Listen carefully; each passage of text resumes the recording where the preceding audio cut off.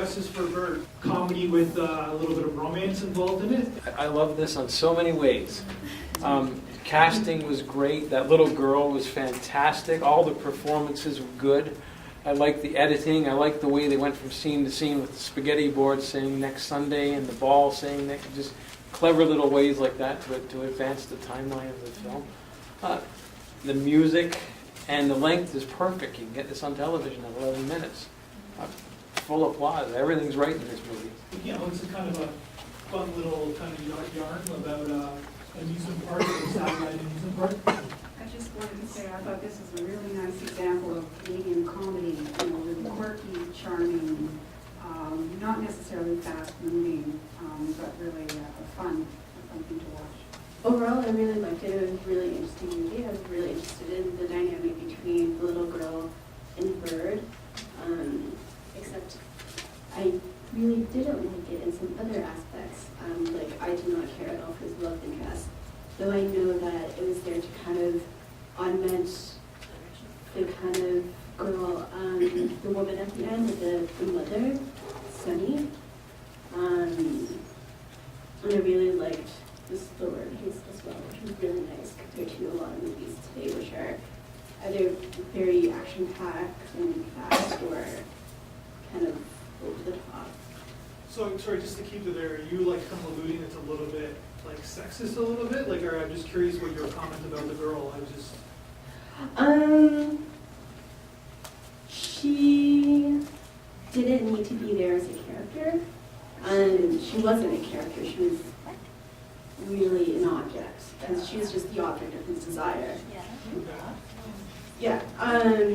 And I realized that there needed to be a role there, so that kind of like, oh, that's what you mean by son. I see son, S is for son at the end, but they didn't need to pay her to be there, and they could have done a lot of things to have that dynamic between the mother and the main woman, and kind of still have a kind of like, oh, that's what you mean at the end.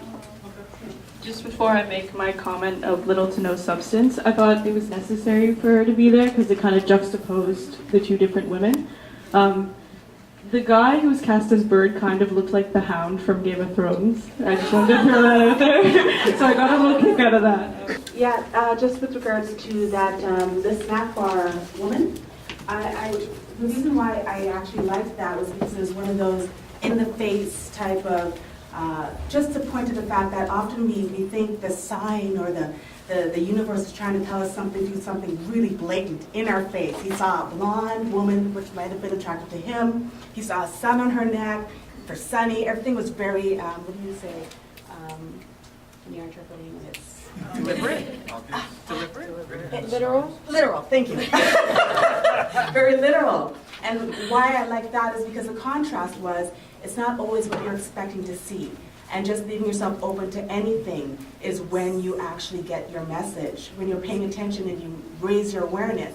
And when he finally just let go of what he was focusing on, the tunnel vision, he was sitting there staring at her, he wasn't doing anything else, and he finally just went, ah, that's when it came. And that's why I like that kind of very blatant, very, blatant symbol of whatever is attraction, yeah. The reason why I think I liked it is because after watching the first two shows, I felt a little bit bleak. And in watching this one, especially being a mother of a young child myself, it's almost like I was expecting some serious negative topic or something to happen, and then it didn't. And so I liked the fact that I was pleasantly surprised. It was easy, it was relaxing. I really did enjoy the film myself. And I did like the characters as well. So, again, I don't know if it's that girl either. And I thought, I really did enjoy the film, and I liked where it went.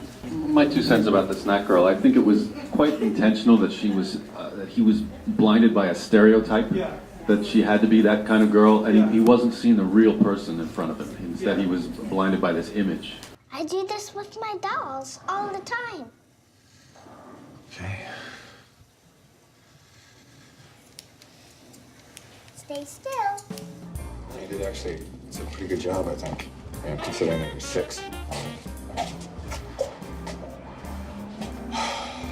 The back of my neck is all itchy from all these little hairs. I can't stop scratching. I'm so itchy. I can't talk to her now. Why not? Well, she probably will think that I have hives.